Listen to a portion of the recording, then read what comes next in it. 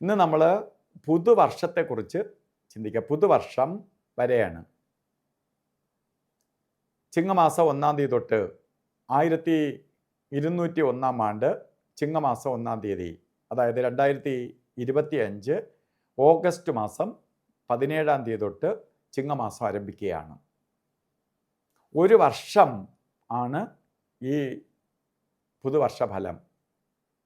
അപ്പോൾ ഓരോ രാശിക്കാർക്ക് പുതുവർഷം എങ്ങനെയാണ്, പുതുവർഷ ഫലത്തെ എങ്ങനെയാണ് എന്ന് മനസ്സിലാക്കി കൊടുക്കുകയാണ് ചാനലിലൂടെ ചെയ്യണേ. ഇന്ന് നമ്മൾ ധനു രാശിക്കാരുടെ ഫലത്തെക്കുറിച്ച് ചിന്തിക്കുകയാണ്. ധനു രാശിക്കാർക്ക് പുതുവർഷം എങ്ങനെയാണ്? ധനുരാശിയിൽപ്പെടുന്ന നക്ഷത്രങ്ങൾ മൂലം, പൂരാടം, ഉത്രാടത്തിൻ്റെ ആദ്യത്തെ 15 നാഴിക, ഈ 2.25 നക്ഷത്രങ്ങൾ അടങ്ങുന്നതാണ് ശരിക്ക് ധനുരാശി. ധനു രാശിക്കാർക്ക് ഇപ്പോൾ കണ്ടകശനി നടക്കുന്നുണ്ടെങ്കിൽ പോലും നിവൃത്തി സ്ഥാനത്ത് അല്ലെങ്കിൽ 7ലേക്ക് വ്യാഴം നിൽക്കുകയാണ്. ആ ലഗ്നാധിപനായ വ്യാഴം, അതായത് കൂറിൻ്റെ അധിപനായ വ്യാഴം 7ാം ഭാവത്തിൽ നിന്നുകൊണ്ട് ദൃഷ്ടി ചെയ്ത് നിൽക്കുന്ന സമയമാണ്. ഇപ്പോൾ ലക്ഷം ദോഷം ഗുരുഹന്തി, ലക്ഷം ദോഷം ഉണ്ടെങ്കിലും വ്യാഴൻ്റെ ദൃഷ്ടി കൊണ്ട് തീർന്നു കിട്ടും.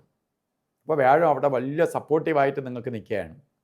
പക്ഷെ അവിടെ ഉണ്ട് കണ്ടകൻ, 4 ശനി നിൽക്കുകയാണ്. 4 ശരീരസ്ഥാനം, മനഃസ്ഥാനം, കുടുംബസ്ഥാനം, വാഹനസ്ഥാനം ഒക്കെയാണ് 4.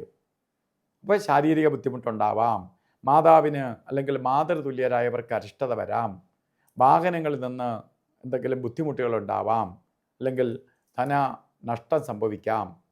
ഇതൊക്കെ വരുന്ന കുറച്ച് കുടുംബ സൗഖ്യം കുറയാം, ഇതൊക്കെ വരും. എന്നാലും വ്യാഴം 7ൽ നിന്നുകൊണ്ട് കൂറിനെ ദൃഷ്ടി നിൽക്കുന്നതിൻ്റെ പേരിൽ സാമ്പത്തിക പുരോഗതിയും ഐശ്വര്യവും എന്തൊക്കെ വന്നാലും അതിൽ നിന്നെല്ലാം നമുക്ക് അതിജീവിച്ച് പോകാൻ സാധിക്കും. ആ ഒരു അവസ്ഥയിലേക്ക് വരികയാണ്.